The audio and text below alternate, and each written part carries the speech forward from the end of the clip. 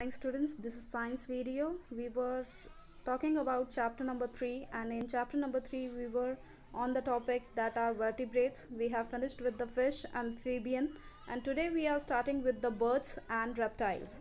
So in these two topics which you are going to find out, the two topics which explains about the birds and reptiles.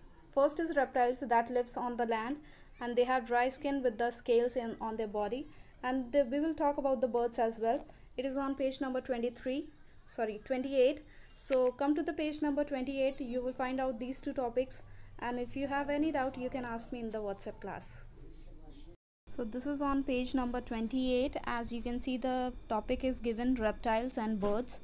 So first we will discuss about reptiles, then birds. Reptiles live on land. They have dry skin with scales on their body. Reptile जो हैं वो ज़मीन पर ही रहते हैं. They have dry skin with the scales on their body. इनके पास dry skin होती है और स्केल्स होते हैं इनकी बॉडी पे. स्केल्स क्या होते हैं? एक तरह का आप जिगजैग फॉर्मेट देखोगे या तो अप एंड डाउन देखोगे, वो स्केल्स कहलाता है. ठीक है. The reptiles lay their eggs on the land and young ones hatch out from these eggs. ये रेप्टाइल्स एग ले करते हैं, और ये कहाँ एग ले करते हैं? लैंड के ऊपर ही गड्ढे बना कर ये एग ले करते हैं. ठीक है. और इनके जो यंग वंस हैं वो उन्हीं एग में से बाहर निकलते हैं. Some examples of reptiles are crocodile, alligator and chameleon. तो एलिगेटर आप सब ने देखे ही होंगे. क्रोकोडाइल को ही से थोड़ा बड़ा होता है एलिगेटर, उसको बोलते हैं. कमेलियन आपने देखा होगा, वो रंग बदलता है. ठीक है. क्रोकोडाइल सब ने देखे हैं. सो यहाँ पे डिड यू नो के बारे में थोड़ा सा दिया हुआ है बॉक्स में, तो ये भी डिस्कस कर लेते हैं. Snake is also a reptile but in few cases. Snake भी एक रेप्टाइल है, बट कुछ केसेस में स्नेक क्या करता है? Eggs develop inside the mother's body so that she give birth to the live young once.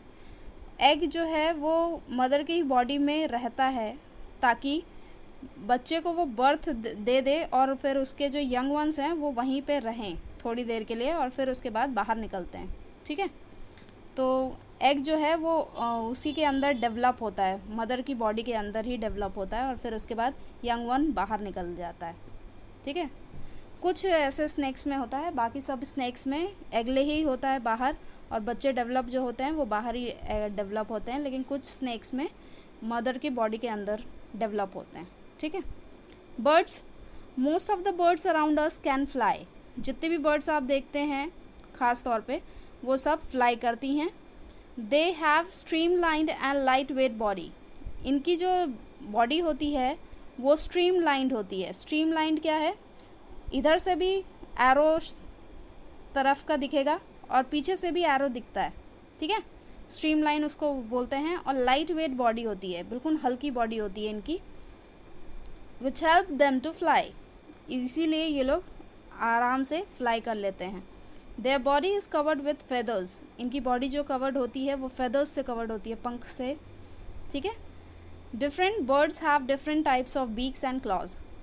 Beaks भी इनके चेंज होते हैं, मतलब कुछ बर्ड्स में आप डिफरेंट देखेंगे. सारे बर्ड्स का डिफरेंट बीक मिलेगा आपको. बीक मतलब क्या होता है? चोंच. ये चोंच दिखती है ना सबकी, सबके पास एरो वाला मुंह होता है, उसको बीक बोलते हैं. क्लॉज क्या होता है? पंजे.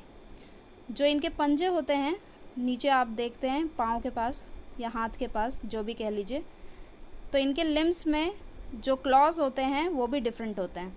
ठीक है. Examples of bird that can fly are pigeon, crow, sparrow and humming birds.